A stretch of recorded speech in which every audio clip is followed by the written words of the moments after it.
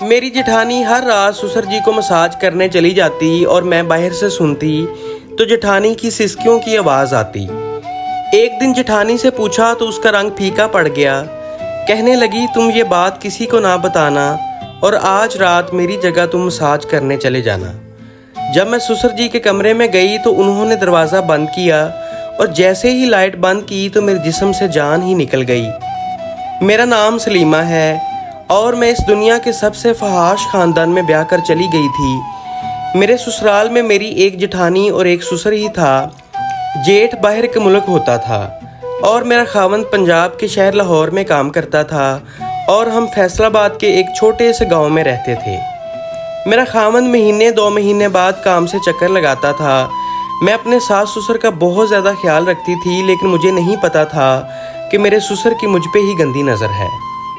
मेरी सास अक्सर काम के सिलसिले में घर से बाहर जाती थी तो घर में पीछे सिर्फ मैं और मेरा ससुर होते थे।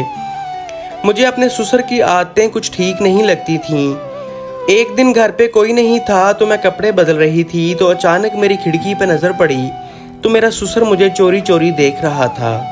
मैं एकदम से फ़ौरन खिड़की बंद की और उस बात का जिक्र ना मैंने अपने खामन से किया और ना मैंने अपनी सास से, क्योंकि मैं अपने ससुर की इज्जत को ख़राब नहीं करना चाहती थी। एक दिन रात को मेरी जेठानी मेरे पास आई तो उसने मुझे कहा कि आज मैं बहुत ज़्यादा थकी हुई हूँ, बराए मेहरबानी आज मेरी जगह तुम अपने ससुर का मसाज कर दो।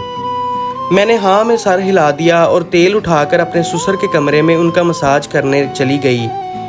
जब मैं उनके कमरे में दाखिल हुई तो उन्होंने फ़ौरन से दरवाजे की कुंडी लगा दी और लाइट ऑफ कर दी।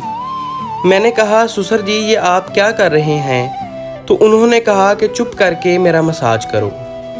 जैसा कि मैंने आप लोगों को पहले बताया है कि मेरा ससुर मुझ पे गंदी नज़र रखता था, तो जैसे ही मैंने उनका मसाज शुरू किया तो उन्होंने मेरे प्राइवेट हिस्सों पे हाथ लगाना शुरू कर दिया।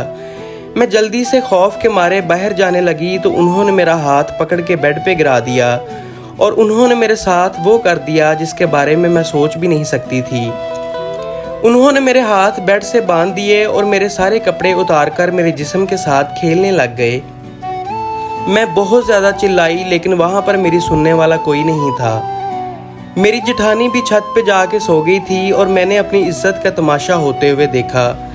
इस वाक़या के बाद मैं बहुत ज़्यादा डर गई थी और उसी दिन मैंने अपने खामन से खुला ली और अपने बच्चों को लेके अपने माँ बाप के घर आ गई। दोस्तों, इस कहानी में आप सब लोगों के लिए एक सबक था कि जब भी शादी करें सोच समझ के करें। बेटे या बेटी की शादी करने से पहले अगले लोगों को अच्छी तरह पहचान लें, नहीं तो आपके साथ भी मेरे जैसा हाल हो सकता है।